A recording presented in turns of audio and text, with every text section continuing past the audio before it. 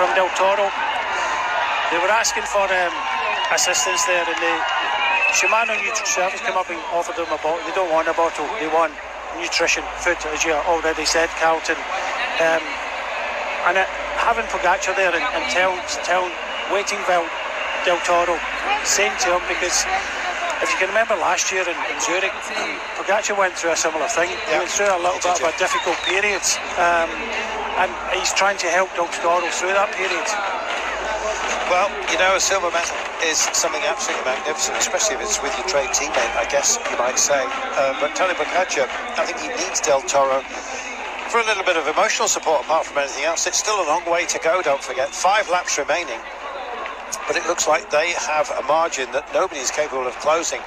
And indeed, those that are finding themselves in trouble, including Remco Evenepoel, who's got a technical issue. Mark Hirschi coming through.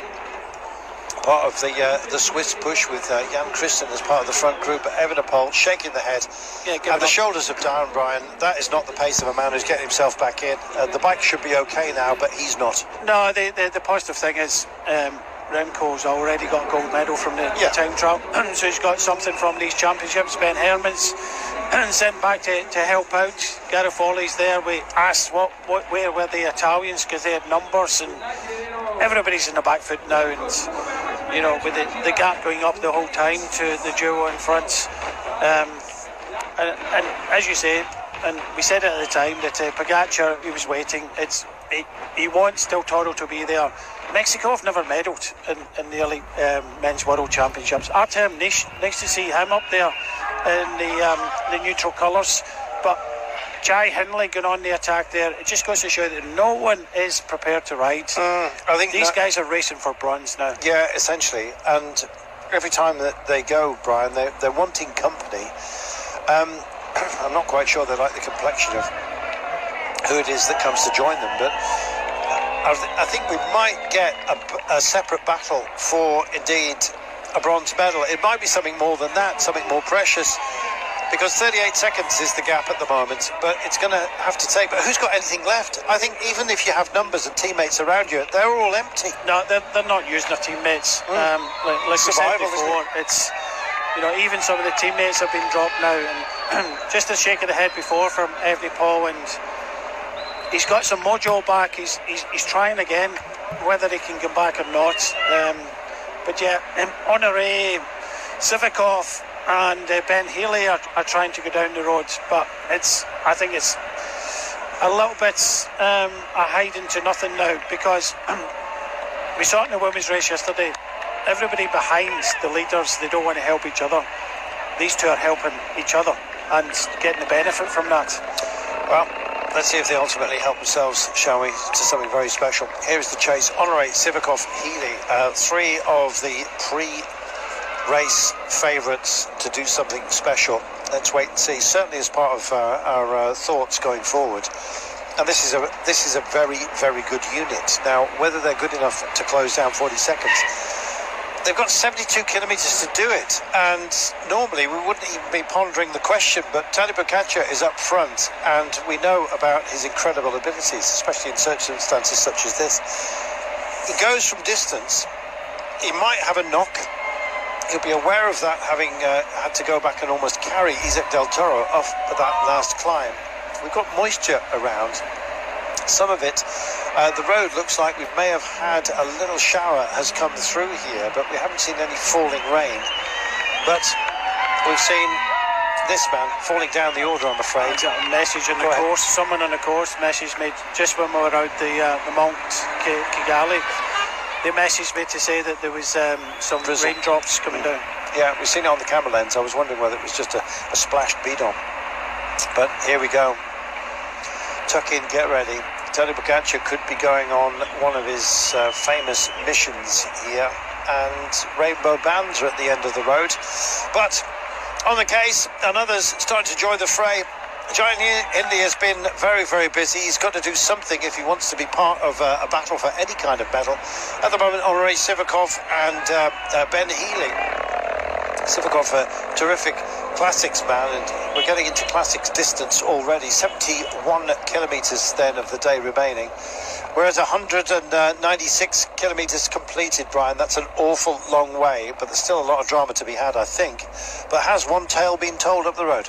Yeah, it's down to 34 seconds, and Ben Healy, Honore, Sivakov, you know, they're trying. You've got Jai Hindley trying to come across. Looks like Mark Hirschi of Switzerland.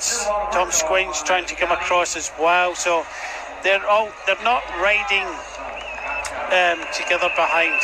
Although the gap has come down to 34 seconds, it's more of a case of they're racing each other behind. Victor Campenaerts, you saw him in the pits, talking to the team. A man who, well, turns himself inside out on behalf of others. And I think Remco Evenepoel possibly been reminded of that. There's a whole team that are disappointed, just as disappointed as he is. And away he goes. It's not worth chiding him, Brian. He sets himself very, very high standards, and it's a wave of disappointment has washed over him. He's kind of got to park it to one side, because with this kind of distance, Evenepoel is 1 minute and 20. He's 89 seconds down on the leaders of the day. He's actually much closer to a medal here, and if he can wrap himself back up in the comfort of having team support here, and he's still got support around him, maybe he can produce something today. Twice it looked as if he'd given up. Yep. The big change, no, that's it. Kicking things out the way. Yep. And then the shake of the head coming up towards the finishing line. Something. I was the team coach in the car. I said to him, calm down. Yep. There's a bronze medal up for grabs here. Yep. Don't give up now. Quite right. And that's the way it should be. You win a bronze medal, Brian. You don't lose anything by winning bronze. It is a very, very high grade reward for a big day, and Evenepoel is not out of that game yet. Well, what I would say at this point is look at the work that your team has done today. Exactly, right. That is what I was saying. They've taken it on, yep. Right, and you're giving up. Yep. Right, just because you're getting these couple of mechanicals, you're giving up. Don't. It's precisely what I just said. Yeah. Go on. Exactly. Double down, get on with it, snap out of it, do your job. You're a quality rider, do it. Show us.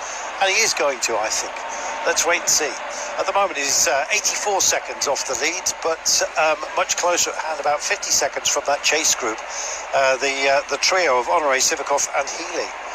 So, fully engaged and ready to deliver some vim and vigour, and Remco Evenepoel is powering back in. It looks like he's got the belief back, and he's with some quality riders here who will also want something out of the day, unless they start leaning on him, in which case they might all grab some dry sand and it'll crumble to nothing. The harder you grab it, the less effective indeed your grip remains.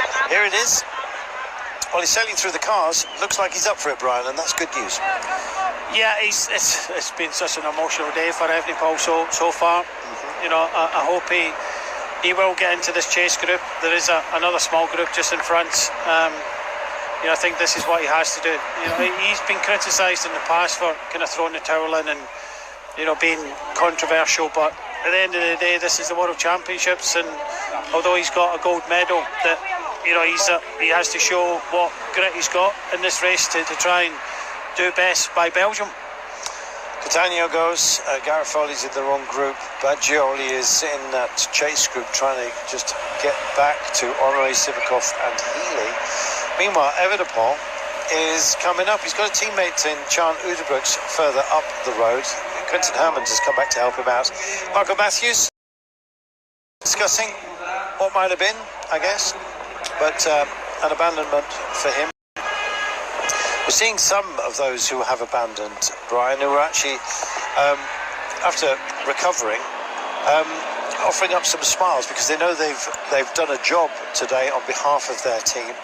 I think the broadest smiles are coming at the moment from Slovenia, their crew, and of course Mexico. Yeah, we're not seeing from Mexico. I think there's a small contingent here. I would be surprised if there was anybody else. I wouldn't be surprised if the Mexican team were in the same team as the Slovenian team, put it that way. Welcome to the table. Well, that's what happens. When you go to World Championships, you know, when I went as a domestic rider, Robert Miller, now Pippa York wasn't in the same hotel. Sometimes you get the trade teams have their own hotel. So UE Team Emirates, I would presume, have their own set-up accommodation, because some federations have been banging on about this the whole way through the World Championship. Some federations don't have the financial backing to be able to deliver what a World Tour team can. Look at this. They're streaking down on some of the faster sections here, and it feels like, not that the party's over, but the invitations to a very exclusive table have been issued. And that top table has two guests at the moment facing each other. But Tony Bocaccio is the man that's serving up all the dishes. And I still think that Remco Evenepoel is now thinking, you know what, to hell with it. I'm going to get on that. I'm going to get on that elite podium, and I'm know what I can do. And here we go, Del Toro. So there may be a silver medal up for grabs, because Isaac Del Toro